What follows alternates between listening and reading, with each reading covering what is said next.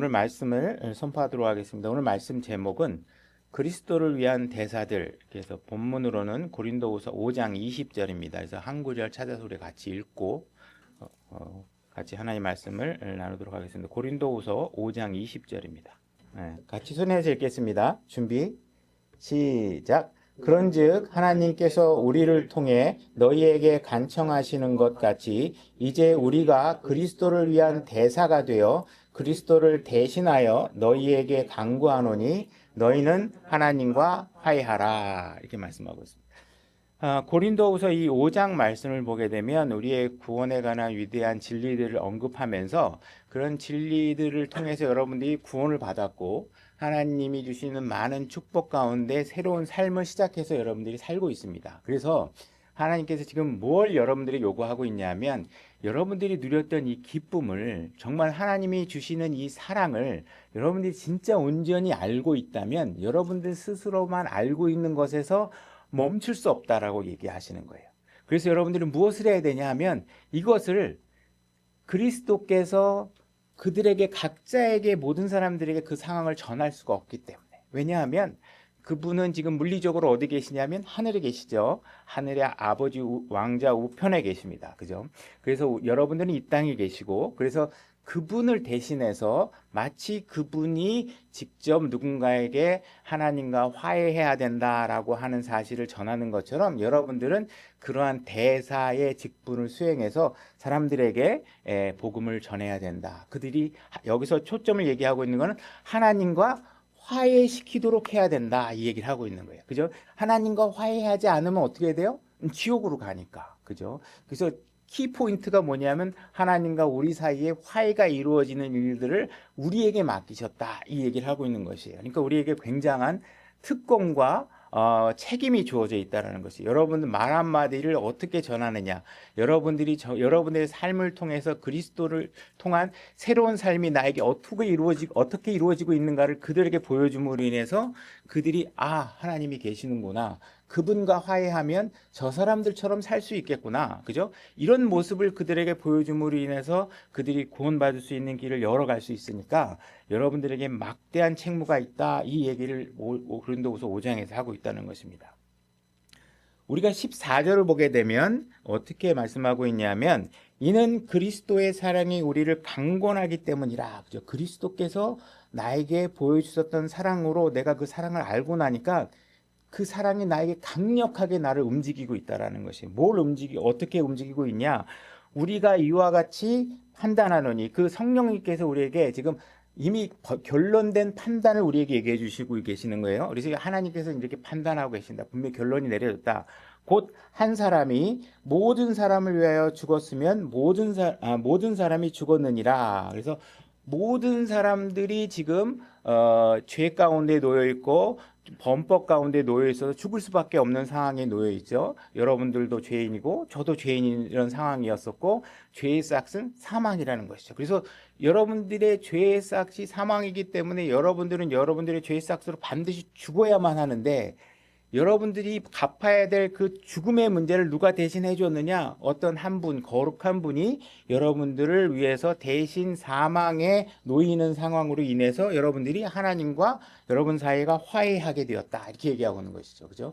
그래서 죄를 짓는 호는 그 호는 죽을지니라. 에스겔서 18장 4절에 이렇게 되어 있고, 믿지 않는 자는 이미 정죄를 받았느니라. 요한복음 3장 18절 되어 있고, 심지어 여러분들 위에 하나님의 진노가 머물러 있다, 이렇게 얘기하고 있어요. 여러분들이 그냥 죽고 끝나는 게 아니라 무슨 문제가 있냐면 하나님의 진노가 그 죽음 위에 쏟아져 내릴 것이다, 이렇게 얘기하고 있는 것이죠. 요한복음 3장 36절 이렇게 얘기하고 있는 것이죠.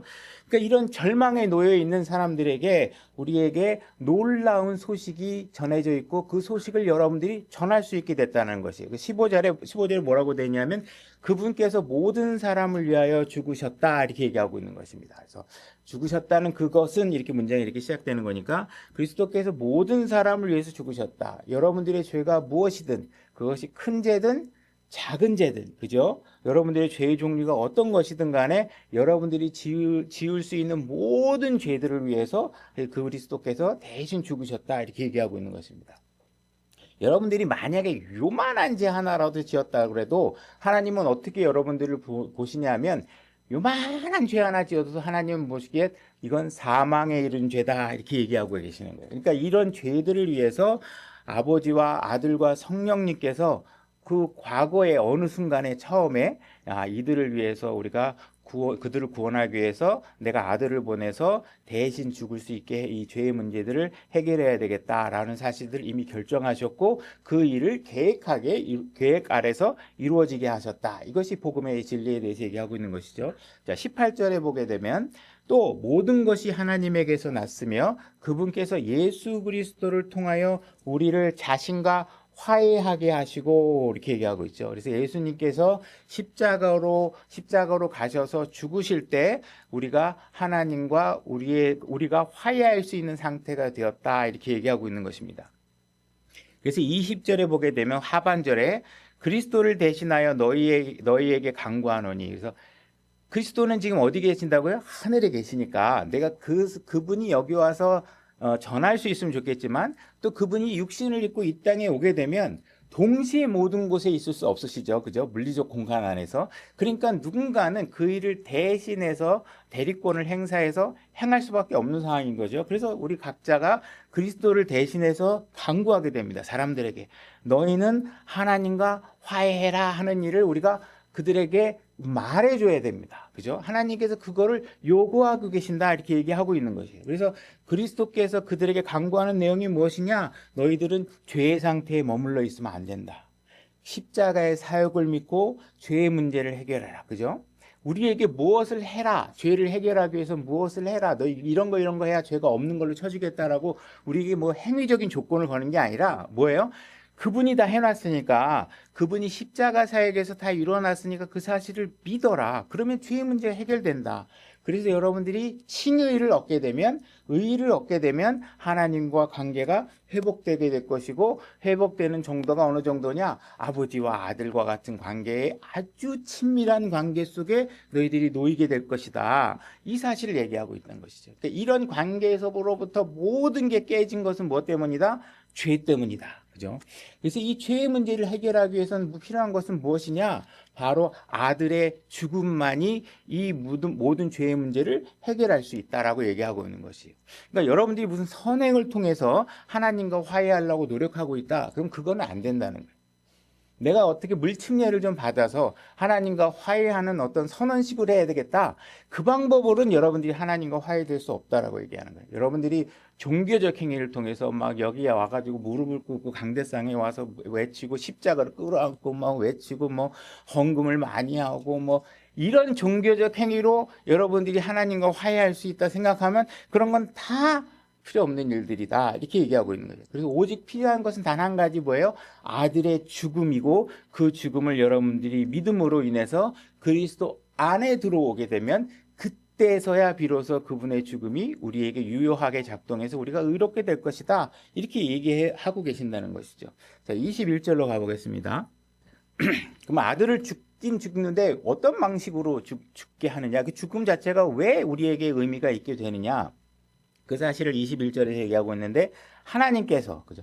아버지 하나님께서 이렇게 얘기하시는 것입니다. 아버지 하나님께서 죄를 알지 못한 그분을, 누구예요? 아들 하나님을 얘기하는 것이죠. 아버지 하나님께서 죄를 알지 못하는 아들 하나님을 우리를 위하여 죄가 되게 하신 것이죠. 그분은 죄가 하나도 없으신 분인데 우리의 죄를 가져가셔서 그분이 죄가 되셨다 이렇게 얘기하고 있는 것입니다. 하신 것은 우리가 그분 안에서, 그죠? 그냥 되는 게 아니라 우리가 그분 안에 들어갔을 때만 어떤 일이 벌어지냐면 하나님의 의가 되게 하려 하십니다 이렇게 얘기하고 있는 것이죠. 그러니까 우리가 하나님과 동등한 의의 수준을 우리가 가질 수 있는 것으로 하나님 앞에 인정받을 수 있는 조건이 무엇이 있는데 그것이 무엇이냐 하면 그분 안에 들어가는 거예요. 그죠? 그리고 그분은 어떤 일을 하셨어요? 우리의 모든 죄를 끌어안고 십자가에서 죽으셨어요. 그죠? 그분은 죄인이 되신 건 아니에요. 단지 죄들을 가지고 우리의 죄를 대신해서 갚아주셨다 하시는 것이죠. 그죠? 그분이 그럴 수 있었던 것은 왜 그러냐? 그분은 죄가 하나도 없으셨기 때문에 자기 죄로 죽을 수 있는 상황이 아니시죠. 자기 죄가 없어요. 그러니까 그분은 자기 죄로 죽은 게 아니라 인류의 모든 구석구석의 모든 죄를 안고 죽으신 것이다. 이렇게 얘기하고 있는 것이에요. 그래서 그분은 하나님이시면서 인간이시기 때문에 그 일이 가능해졌다는 것이죠. 만약에 우리가 아담의 후손으로만 이 땅에 태어났다면 어떻게 돼요? 그는 태어나자마자 뭐예요? 본인의 죄로 인해서 죽을 수밖에 없는 죄를 가지고 있는 것이죠. 근데 하늘에 계신 하나님께서 인간의 몸을 입었지만 그분의 출생은 성령님으로 인해 오심으로 인해서 그분은 죄 없으심을 그대로 안고 이 땅에 육신으로 오셨기 때문에 그분은 우리의 모든 죄를 해결하실 수 있는 상태에 계신 분이셨다. 이렇게 얘기하고 있는 것입니다.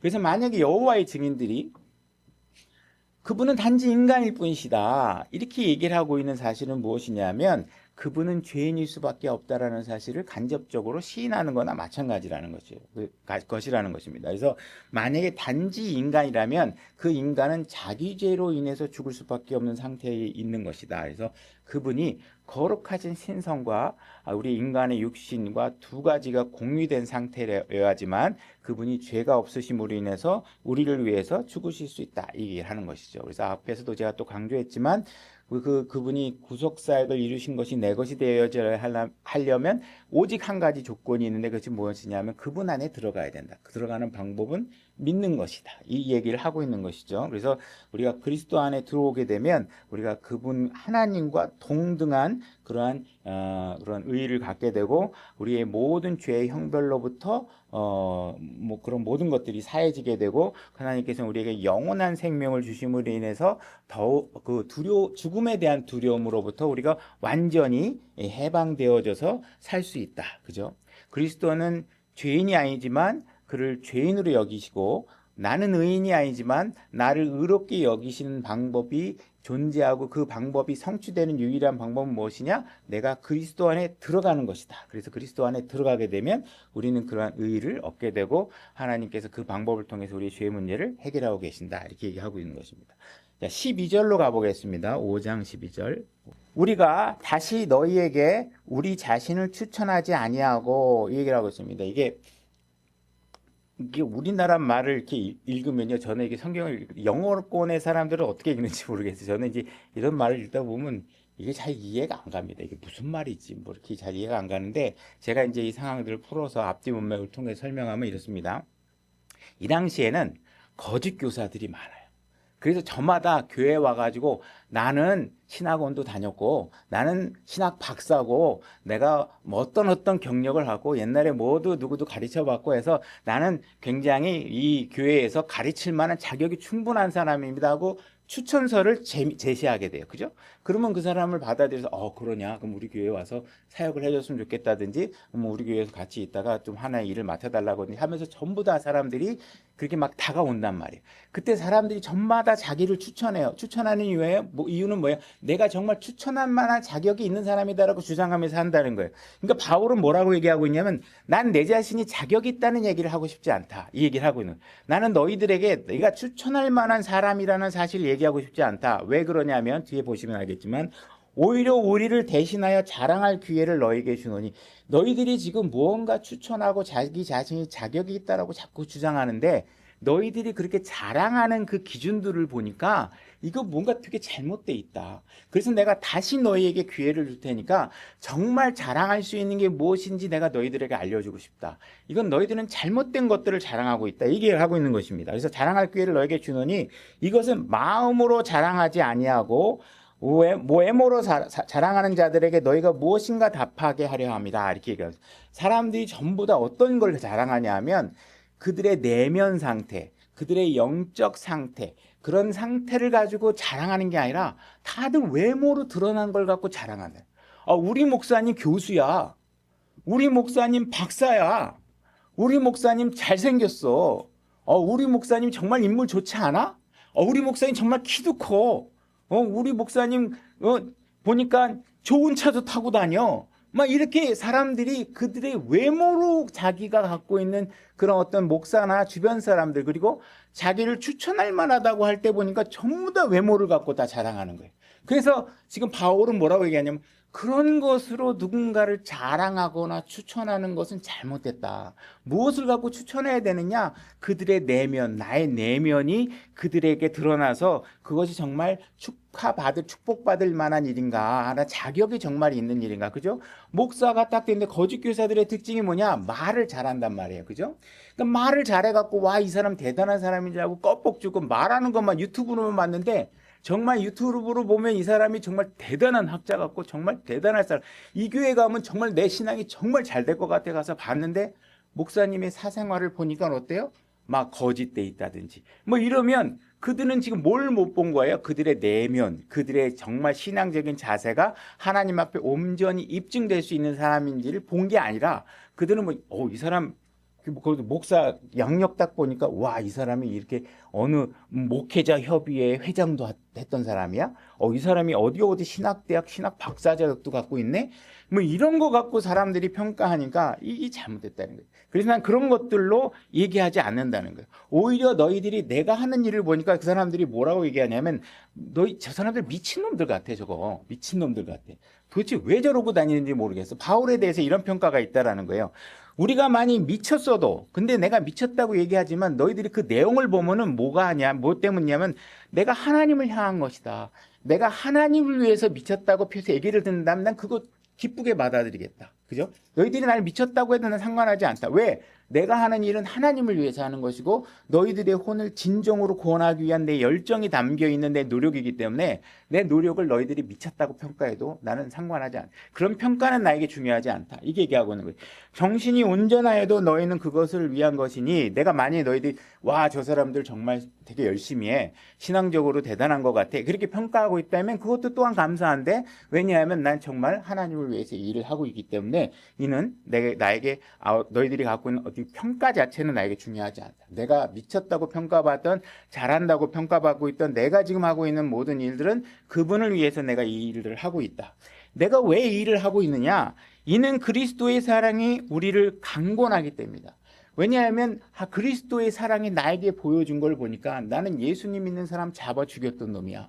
근데 그분의 사랑이 온전하게 나에게 이루어져서 내가 영원한 생명을 얻을 수 있는 상태가 됐고 그분을 통해서 내가 무엇을 얻은 것을 내가 가만히 헤아려 보니까 내가 이 사랑을 안고는 가만히 나만 알고 알았어. 나는 이제 가만히 이렇게 있다가 죽으면 하늘나라 가는 거지. 아우 기뻐. 나는 이제 온전히 가만히 있다가 죽는 날만 기다릴 거야. 이렇게 사는 게 아니라 어떻게 내 그리스도께서 나에게 보신 사랑이 나를 막 움직여가지고 너도 구원 받아야 돼. 너도 하나님과 화해해야 돼. 이렇게 하면서 막 열심히 다니는 거예요. 그러니까 사람들이 보니까 쟤 미친놈 같다라고 평가해도 난 상관없다는 거예요. 이게 너무 중요한 일이니까. 너무나도 이게 중요한 일이기 때문에 내가 어떤 평가를 받는다 해도 나는 그 일에 대해서 그 평가에 대해서 상관하지 않겠다는 거예요. 그러니까 너희들이 나를 녹화 평가해도 상관없고 나쁘게 평가해도 상관없고 내가 반드시 이 일을 해야 한다는 사실만은 내 안에서 움직일 수 없는 진리이기 때문에 난 너희들의 평가에 대해서 관여하지 않겠다. 이렇게 얘기를 하고 있는 것이에요. 14절로 다시 보면 이는 그리스도의 사랑이 우리를 강권하기 때문이다. 그래서 그리스도를 아는 곳에서 머무를 수밖에 없다라는 것이죠. 여러분들이 알고 있잖아요. 뭘 알고 있냐? 예수 그리스도께서 나의 모든 죄를 인해서 죽으셨다. 그죠? 예수 그리스도께서 십자가에 피를 흘리심으로 통해서 어떻게 됐어요? 여러분들이 죄가 다 씻겨져 나갔고 여러분들은 영원히 살 수 있는 아주 축복을 갖고 있다는 여러분들이 알고 있잖아요. 그죠? 여러분들이 그 말씀을 정말 신뢰하고 있고 하나님과 내가 그걸 통해서 화해할 수 있게 되었다는 사실을 알고 있다면 여러분들은 그 너무나도 잘 알고 있는 그 진리들을 다른 사람들에게도 알려줄 수밖에 없는 사랑이 그 움직임이 내 안에서 일어날 수밖에 없다라는 사실을 얘기하고 있는 것입니다. 그래서 지금 바울은 얘기하는 거예요. 내가 이거를 알고 있는 이상 내가 더 이상 사람들하고 만나가지고 오늘 날씨가 참 좋네요. 이런 날씨 얘기만 할 수만 없다는 거예요. 내가 더 이상 정치 얘기를 해가면서 그들과 세상 이야기를 즐기면서 얘기할 시간이 없다라는 거예요. 그건 나에게 허락되지 않는다. 내 입술에서 나올 수 있는 건 뭐예요? 그리스도를 알려주는 일만이 나에게 중요하게 여겨진다는 거예요. 그죠? 아, 이 사람은 구원받지도 않은 사람이야. 아, 정말 얘기하면 피곤해. 나 그 사람하고 얘기 안 할 거야. 이렇게 하지 않는다는 거예요. 그들을 어떻게 해서든지 구원받기 위한 기도와 노력과 헌신이 나를 계속 움직이게 만들 수밖에 없다라는 것이. 그래서 지금 이 그리스도의 대사가 되어야 한다는 건 여러분들에게 무슨 직분을 줘야 되니까 난 대사야 뭐 이런 게 얘기하는 게 아니라 여러분들은 그런 직분으로 움직여야 된다는 사실을 지금 명령으로 얘기해 주고 있는 거예요. 명령으로. 그죠? 그래서 바울은 지금 내가 이런 복음으로 인해서 얻은 혜택에 대한 수혜자로만 있을 수 없기 때문에 나는 이런 기쁨을 행동으로 옮겨서 다른 사람들도 이 일에 대한 수혜자가 될 수 있도록 내가 노력하겠다. 이 얘기를 하고 있는 것입니다. 15절. 그분께서 모든 사람들을 위하여 죽으신 것은 살아있는 자들이 이제부터는 자기들을 위하여 살지 아니하고, 그죠? 여러분들이 살 수 있게 된 것은 뭐예요? 예수님께서 여러분들이 죽으셨기 때문이죠. 모든 사람들이 죽으셨기 때문이에요. 그래서 이제 더 이상 여러분들은 이제 내 생명은 누구 때문에 얻어진 생명이냐 하면 예수님 때문에 얻어진 생명이에요. 누군가가 나를 위해서 죽은 일 때문에 된 것이죠. 그래서 나는 이제 더 이상 나도 나를 위해서 살면 안 되겠구나. 예수님이 남을 위해서 살았다면, 그리고 내가 구원받은 건 누군가가 자기의 삶을 헌신해서 나에게 투자했기 때문에 내가 복음을 들었다면, 내가 이제 나도 다른 사람을 위해서 살아야 되겠구나라는 사실을 알게 됐다는 사실이에요. 그래서 오직 자기를 위하여 죽었다가 다시 일어나신 분을 위하여 살게 하려 함이라. 그죠? 오직 예수 그리스도를 위해서 살고 그분이 보여줬던 삶을 통해서 나에게 복음을 전해줬던 그 희생적인 삶 또한 내 안에서 다른 사람을 위해서 이루어져야 되겠다. 이렇게 얘기하고 있는 것이죠. 그래서 만약에 예수님께서 나의 생명을 위해서 죽으셨다면 우리가 그분을 무시하면서 그분이 그렇게 했었던 그 행위들을 내가 아무것도 아닌 일처럼 생각하면서 더 이상 살 수는 없다는 거예요. 내가 그분의 희생이 십자가가 아니었다면 누구도 대신해서 내 생명을 유지시켜 줄 수 있는 사람이 없으니까. 그죠? 내 안에 새로운 생명을 주고 새로운 출발을 갖게 해줬다면 내가 더 이상 과거처럼 이기적인 생각으로 나만 사랑하고 나만 생각하고 내 가족만 생각하는 상태에서는 더 이상 살 수 없다. 이제 나는 새로운 방식으로 살아야 되겠다. 그래서 우리는 새로운 관계를 가지고 세상을 바라보고 살아야 되는 그런 관점을 가져야 되는데, 그 관점을 가지려면 하나님께서 뭐라고 얘기하면 너는 그리스도의 대사라는 생각을 해야 된다. 이 얘기를 하고 있는 거예요. 그런 대사라는 관점을 갖지 않으면 너는 여전히 너의 구원만을 생각하고 자신의 안위만을 위해 생각하니까 그런 생각을 녹여내고 더욱더 남을 향해서 생각하는 그런 삶을 살아야 된다. 이렇게 얘기하고 있는 거예요. 그러니까 여러분들이 이제 예수 그리스도를 통해서 빛 가운데 거하게 됐다면 더 이상 어둠과 뭔가 섞거나 진리와 오류를 섞거나 이방 종교의 어떤 그런 행위들을 기독교 안에 가지고 들어와서 섞거나 거룩함과 불의를 섞거나 하는 일을 하면 안 되는 거예요. 왜? 여러분들은 여러분들의 판단으로 무언가 섞을 권한이 없어요. 뭐예요? 여러분들은 뭐예요? 오직 하나님께서 우리에게 명령하신 내용과 그분이 어떤 분이심인가에 대해서만을 전해야 돼요. 그러니까 그분이 불의하지 않으신데 여러분들이 적당히 뭔가 불의를 섞어서 마치 하나님 믿으면 사업도 잘 돼요. 하나님 믿으면 병도 고쳐요. 약속하지 않은 내용을 막 사람들에게 여러분들이 병이 나올 수도 있고 안 나올 수도 있고 부자가 될 수도 있고 가난하게 될 수도 있다면 그거는 각자의 삶에 주어진 역량과 개별적인 상황들인 것이지 성경에 어디에도 하나님 믿으면 부자가 되게 해주겠다는 없는 약속들이잖아요. 그런 약속들을 사람들을 현혹하기 위해서 막 거짓으로 제공하게 되면 사람들은 신앙을 하다가 실족하게 된다. 그 말씀을 난 믿으면 하나 교회 나오면 뭐가 잘 될 줄 알았는데 안 되니까. 그죠? 그래서 이런 잘못된 비진리들을 섞어서 사람들에게 이야기하면 안 된다. 그래서 여러분들이 하나님의 대사가 된다는 사실들은 이게 성경에서 주어지는 명령이다. 그러니까 여러분들은 이것은 선택사항이 아니다. 나는 할 수도 있고 안 할 수도 있다라는 것이 아니라 지금 하나님께서는 강하게 여러분들이 권하면서 이게 명령으로 이게 주고 계신다. 우리가 이런 하나님의 명령은 논쟁의 대상이 될 수 없다. 이 사실을 얘기하고 있는 것입니다. 그래서 우리에게 놀라운 생명을 주셨기 때문에 우리가 이런 놀라운 주님의 어떤 행위를 어떤 수고하심을 통해서 우리에게 놀라운 생명을 줬는지를 알게 되면 우리가 술 마시는 문제에 대해서 술은 취하지만 않으면 돼 이러면서 그런 거 논쟁하고 아주 지엽적인 거 하고 논쟁하고 그다음에 뭐 옷 입는 문제 내가 좀 옷을 이렇게 입으면 어때 저렇게 입으면 어때 저 사람 왜 옷을 저렇게 입었어 이렇게 입었어 이런 것으로 우리가 논쟁의 대상을 부각시켜서 정말 놀라운 하나님의 진리를 가리는 일에 논쟁거리에 빠지지 말라는 것입니다. 그죠? 예배에 참석하는 문제 해야 되느냐 안 해야 되는지 이런 것들에 논쟁하지 말고 하나님의 명령을 순종하는 쪽으로 여러분들이 모든 상황들을 정하시고 그분을 말씀에 순종하는 쪽으로 결정하시는 게 가장 낫다. 이렇게 얘기를 하고 있는 것입니다. 가장 나은 게 아니라 그렇게 하셔야 된다. 이렇게 얘기하고 있는 것이죠. 자, 16절. 그러므로 이제부터는 언제부터는 여러분들이 그리스도의 사랑으로 정말 구원받다는 사실 정말 이해했다면 그죠? 이해했다면 이제부터는 우리가 아무도 육신을 따라 알지 아니하노니 참으로 우리가 그리스도를 육신을 따라 알았으나 이제부터는 그분을 더 이상 그같이 알지 아니하노라. 여러분들이 정말 내가 어떻게 구원을 받았는지 정말 이해하고 있다 그러면 더 이상 누군가를 바라볼 때 육신을 보면서 판단하는 일은 더 이상 하지 않게 될 것이다. 예수 그리스도가 2000년 전에 이 땅에 육신을 입고 오셨죠. 그러나 그 위에 부활하신 뒤에 하늘에 가셨어요. 그러니까 우리는 더 이상 예수 그리스도를 나 예수님 가서 보고 왔어. 이렇게 말할 수 있는 사람이 아무도 없어요. 그죠? 우리 육신적으로 그분을 본 적이 없잖아요. 우리는 어떻게 알아요? 그분을 기록된 성경을 통해서 그분이 어떤 분이신가? 어떤 선함을 갖고 계신가? 어떠한 희생을 하셨는가? 그런 하나님과 우리의 관계는 그분이 어떻게 생겼는지 그죠? 뭐 벽화 속에 이렇게 어떤 그림 속에 막 잘생긴 미남의 백인 얼굴로 했는지 그런 형상은 우리에게 전혀 중요하지 않아요.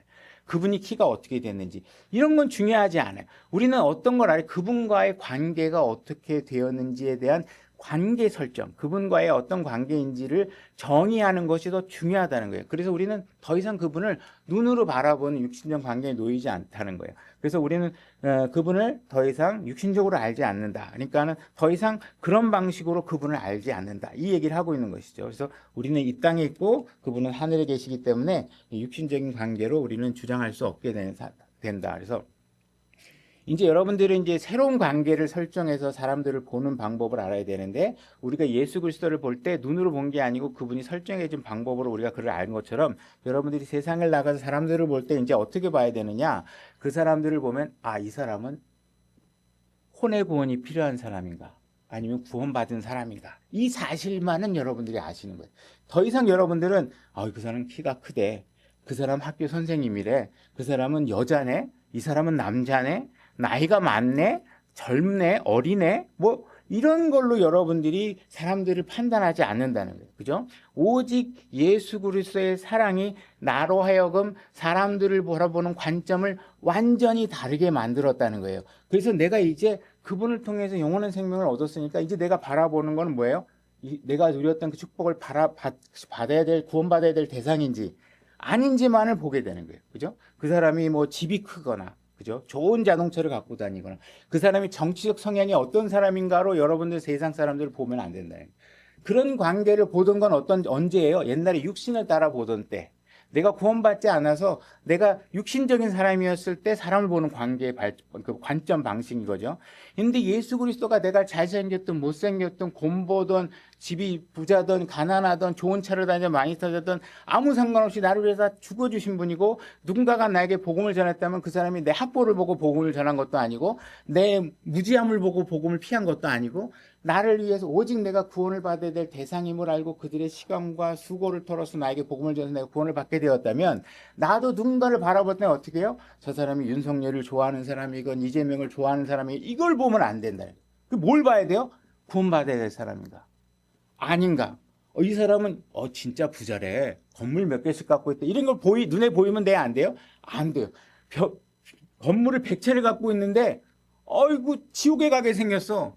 그러면 집 한 채 없이 하늘나라 가는 나보다 더 불쌍한 사람이란 말이에요. 그 사람이. 그죠? 그러니까 우리는 그 사람들을 이제 하나님께서 새로 설정해 준 관계 속에서 사람들을 볼 수 있어야 된다는 거예요. 그걸 볼 수 있어야 여러분들이 뭘 할 수 있어요? 대사로서의 역할을 할 수 있게 된다는 거예요.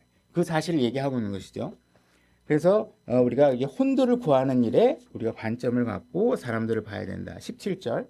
그런즉 누구든지 그리스도 안에 있으면 그는 새로운 창조물이라 옛것들은 지나갔으니 보라 모든 것이 새롭게 되었도다. 자, 우리 이 구절을 오해 없이 이해하실 필요가 있습니다. 이 말씀을 때로는 우리 교회 성도들은 그렇게 하지 않겠지만 이거를 좀 약간 오버해서 잘못된 관점으로 바라보는 경향이 있을 수 있습니다. 다시 말해서 여기 창조물이라는 단어는 원래 이게 전에는 피조물로 번역되어 있는 건데 지금 창조물로 번역되어 있어요. 근데 어떤 단어가 사실 저도 적합한 단어인지 저도 국어적 견해가 짧기 때문에 정확하게 이해는 못하겠고, 그래서 제가 영어의 표현으로 구별을 해서 설명을 드릴게요. 여기서는 영어 단어가 뭐냐 하면 creature라는 단어를 써요. 제가 대비해서 쓰려고 하는 단어는 뭐냐면 creation입니다. creation은 창조고 creation은 창조된 어떤 물건의 속성을 얘기해요. 다시 말해서 여러분들은 하나님을 믿게 되면 새로운 크리에이션이 된 게 아니에요. 크리에이션이 된 게, 다시 말해 새롭게 창조된 뭐 어떤 존재가 물리적으로 된 게 아니에요.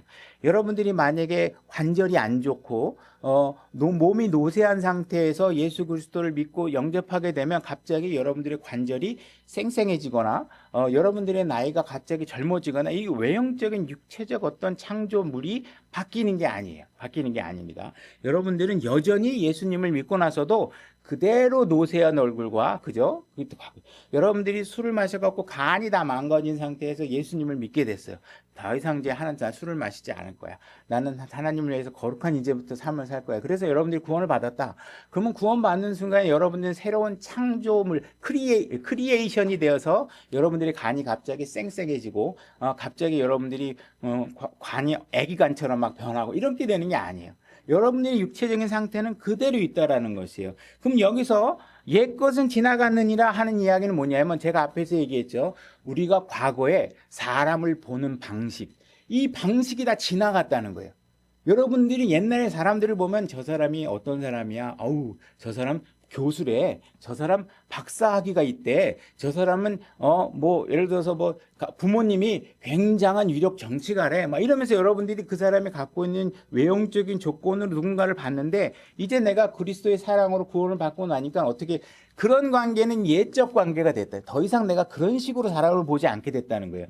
그리고 여러분들은 이제 새로운 방식으로 살아가게 됐다는 사실들을 얘기하면서 여러분들이 새로운 크리에이처가 됐다고 얘기하고 있는 것이죠. 그러니까 여러분들의 삶을 살아가는 삶의 기준의 방식이 바뀌었다고 얘기하는 것이에요. 그래서 나는 예수님을 믿었지만 여전히 내가 새로운 존재가 됐다는 사실을 이해하지 못하겠어. 나 여전히 보면 승질도 나고 화가 막 불끈불끈 걸고 조금만 뭐라 그러면 나 확 삐져가지고 다시는 저 사람도 보고 싶지 않고, 이런 상태가 내가 계속 유지되는데 나는 안 된 것 같아. 이렇게 얘기할 수 있겠지만 적어도 성경에서 얘기하고 있는 것이 확실한 게 있는데, 그게 뭐냐면 하나님과 우리의 관계는 확실하게 바뀌었다는 거예요. 다시 말해서 원수 관계가 아니에요. 이제 화에 대해서 하나님과 완벽하게 새로운 화평과 친밀한 관계가 설정되었다는 사실만큼은, 하나님과 우리의 관계가 바뀌었다는 것만큼은 성경을 통해서 100% 확실하게 진리로 입증도 하고 있는 상황이란 말이에요. 여러분들이 정말 구원을 받았다면 그것이 된 것이에요. 그죠? 그러니까 우리가 어떤 관계를 통해서 살아왔던 그 과거의 방식이 새로운 관계를 통해서 바라보는 방식으로 이제 바뀌었다. 우리가 크리에이션과 크리에이처 단어를만 이렇게 비교해서 그 특성을 설명하면, 크리에이션은 뭐냐면 완벽하게 새롭게 창조되는 것이에요. 만들어지는 것이에요. 그리고 어떤 창조물이기도 하고 창조계를 얘기하기도 창조된. 근데 크리에이션은 뭐냐면 그런 창조물들 가운데 하나의 생명체, 속성, 본질, 이런 것들을 얘기하는 거예요. 다시 말해서 어떤 창조물이 있는데, 우리가 창조된 그런 창조물인데 나에게 새로운 크리에이처가 됐다라는 얘기는 뭐냐면 나에게 새로운 본성과 속성이 부여됐다, 이 얘기를 하고 있는 거예요. 크리에이처가 됐다는 건 생명과 관련된 표현이고 성질과 본성과 관련된 얘기예요. 그러니까 내가 구원을 받으면 내가 새로운 육체를 얻는 게 아니라 나의 속성과 인격과 어떤 성격이 새로운 본성으로 우리가 적용될 수 있도록 그런 새로운 본성을 우리에게 부여하셨다, 이 얘기를 하고 있는 거죠. 그래서 하나님께서 나를 새로 만든 게 아니라 내 본성을 바꿔놓으셨다, 이 얘기를 하고 있는 것이고, 하나님께서 나를 새롭게 다시 무언가 시작하려고 한 게 아니라 나에게 뭔가 또 다른 시작을 하나 만들어 놓으셨다, 새롭게 시작할 수 있는 또 하나의 포인트를 나에게 주고 계신다, 이 얘기를 하고 있는 것이라는 것입니다. 그래서 나는 더 이상 이제 옛사람처럼 살지 않겠다. 그죠? 나는 새로운 속성과 본성을 가지고 이제 세상을 살아나가게 될 것이다, 이 사실을 얘기하고 있는 거예요. 이런 새로운 속성이 부여되지만 무엇을 여러분들이 할 수 있다고요? 대사로서의 역할을 할 수 있다는 거예요. 그게 안 되면 계속 우리는 사람을 볼 때 어떻게 해요? 저 사람은 교수야, 저 사람은 박사야, 저 사람은 부자야, 아우 저 사람은 가진 것도 아무것도 없는 것 같아. 이런 것만 맨날 여러분들이 머릿속에 갖고 있다는 거예요. 아, 저 사람은 나하고 정치 성향이 같다, 저 사람은 나하고 정치 성향이 틀려, 아, 저 사람하고는 정치 성향이 틀려서 같이 있으면 너무 불편해. 이런 관계에 있으면 여러분들은 뭘 못해요? 그 사람을 구원받을 혼으로 보지 못하는 거예요. 자꾸 여러분들 그 위에 있는 거죽에 있는 겉에 있는 것만 바라봐서 아무것도 할 수 없는 상태가 된다는 것이죠. 자, 18절 다시 보겠습니다. 또 모든 것이 하나님에게서 났으며 그분께서 예수 그리스도를 통해 우리를 자신과 화해하게 하시고, 그죠? 그래서 여러분들이 새롭게 만들어진 존재가 됨으로 인해서 여러분들이 무엇을 할 수 있냐? 하나님과 우리 사이에 화해할 수 있는 사역을 비로소 할 수 있게 된다. 그 관계를 벗어나서 새로운 관계가 설정될 때 그것이 할 수 있는 게 된 것이다. 18절 또 화해하게 하는 사역을 우리에게 주셨으니 곧 하나님께서 그리스도 안에 계시사 세상을 자신과 화해하게 하시며 그들의 범법을 그들에게 돌리지 아니하시고 화해하게 하는 말씀. 그죠? 이게 놀라운 말씀이죠. 우리가 범법과 저는 내가 졌는데 나보고 책임지라고 하지 않으시고 하나님께서 다 해결해 놓으신 거예요. 그리고 그것을 하나님께서 해결해 놨으니까 이것을 믿기만 하면 돼 하고 우리에게 책임을 묻지 않으시고 화해할 수 있는 방법을 우리에게 그 말씀을 우리에게 전달해 줘서 전하게 하시는 거예요. 근데 얼마나 놀라운 거예요. 얼마나 자랑스럽고 얼마나 뿌듯하고 이 상품을 여러분들에게 팔라 그러면 정수기를 파는 것보다 훨씬 자신감 있게 파셔야 돼요. 여러분들 영업사원가가 정수기 팔라 그러면 막 쭈삣쭈삣하고 막 아 이거 좀 몸에 좋은데요 이렇게 파는 게 아니라 진짜 자신감 있게 팔 수 있는 거예요. 이게 어떤 가치가 있는지를 알면 우리가 부끄러워할 이유가 전혀 없는 것이죠. 그렇게 이렇게 전하게 되는 것이죠. 20절 그런즉 하나님께서 우리를 통해 너희에게 간청하시는 것 같이 이제 우리가 그리스도의 대사가 돼요. 그러니까 우리가 그리스도의 대사가 됐다는 것은 뭐예요? 하나님께서 우리를 통해 하나님께서 사실은 너희에게 간청하는데 그 간청하는 일을 우리를 통해서 하니까 우리가 어떤 역할을 지금 하고 있는 거냐? 대사의 역할을 하고 있다. 이렇게 얘기를 하고 있는 것이에요. 그러니까 대통령은 한 번에 한 군데밖에 있을 수 없죠. 그래서 많은 대사들을 여러 나라에 파견을 하게 됩니다. 대통령은 서울에 있고 대사를 만약에 중국이나 미얀마에 대사를 파견했습니다. 그러면 그 사람들은 각자의 그 지역에 가서 뭘 해야 되냐면 대한민국이 어떤 나라인가를 그들에게 알려주는 일에 집중해야 돼요. 근데 만약에 중국에 파견된 대사가 야, 중국의 공산주의가 너무 좋은데 이걸 좀 우리나라에 좀 가져가면 어떨까? 이걸 좀 섞으면 어떨까? 이 사람들의 사회주의가 너무 마음에 드는데 이런 일 하면 대사의 역할을 하는 거예요? 안 하는 거예요? 그거 안 하는 거예요. 그거는 대사가 할 일이 아니야. 대사는 오직 무엇만을 해야 돼요?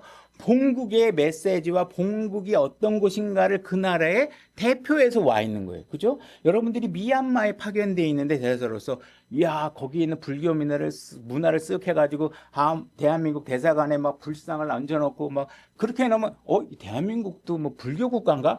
이런 일이 혼돈이 되게 만들면 돼야 안 돼요? 안 된다는 거예요. 여러분들은 뭐만 하셔야 돼요? 오직 하나님 예수 그리스도가 왕이시고 그분의 구원자이심을 드러나는 일들만 여러분들의 주변 공간을 꽉 채우고 있어야 돼요. 근데 마치 우리가 프랜차이즈를 세우는 영업사원인 것처럼, 그죠?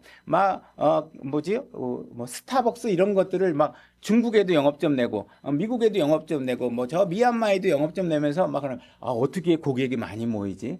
중국에서는 중국 사람들이 좋아하는 메뉴 몇 개 좀 섞어가지고 영업점 하나 내자. 그래야 손님들이 많이 올 거 아니야? 미얀마에 가면 미얀마 음식들 몇 개 섞어가지고 해야 되는 게 낫지 않을까? 이런 식으로 여러분들이 교회를 세우면 돼요? 안 돼요? 안 돼요. 그렇게 하면 안 된다고. 우리 여러분들이 교회 여기다 세워놨는데 우리 교회 성도들이 별로 안 오는데 우리가 조금 성도들을 많이 모으려면 여기에다가 무슨 영어 과외 프로그램을 좀 하나 만들까?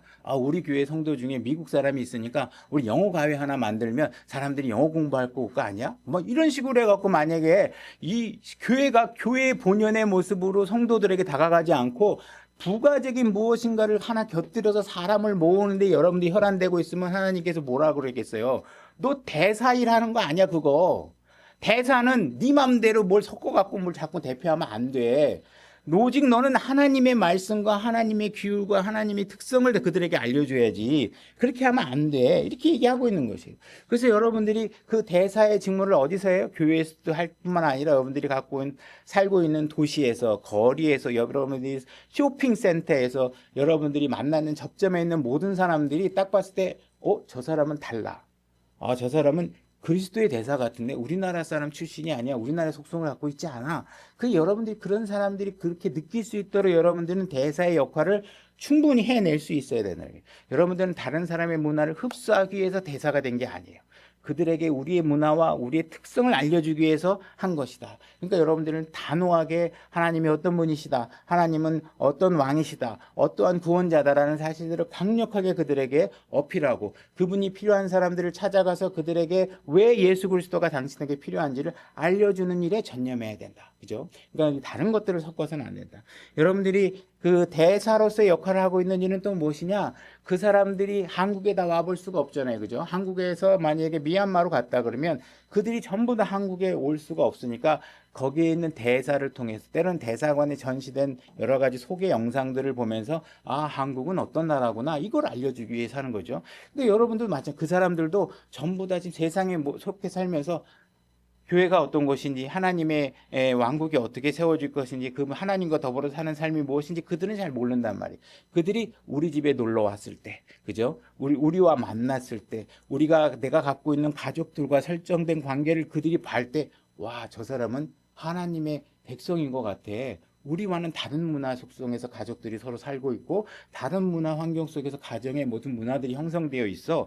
이런 걸 그들에게 보여줘야 된다는 것이죠. 그래서 여러분들이 온전히 하나님이 준 메시지만을 여러분들이 전달해서 여러분들의 개인적인 특성이나 개인적인 생각을 섞어서 전달하는 일을 절대로 해서는 안 된다는 거예요. 여러분들이 꿈에 떠올렸던 거, 우리의 감정, 내가 어저께 꿈을 꿨더니 뭘 하신 것 같아 그러면서 그런 꿈 같은 걸로 사람들에게 의사를 전달해서는 절대로 안 된다는 거예요. 오직 그분이 기록해서 우리에게 준 말씀만을 그들에게 전하셔야 된다. 이 일은 우리에게 굉장히 놀라운 특권으로 주어져 있다. 이건 굉장히 큰 책임감을 갖고 우리가 해야 되는 일들이다. 우리가 매일같이 범법과 죄 가운데 죽어가는 사람들에게 그들이 정죄받지 않고 영원한 생명을 얻을 수 있는 길을 제시할 수 있는 일을 하나님께서 합법적으로 그 일을 위임하셨다.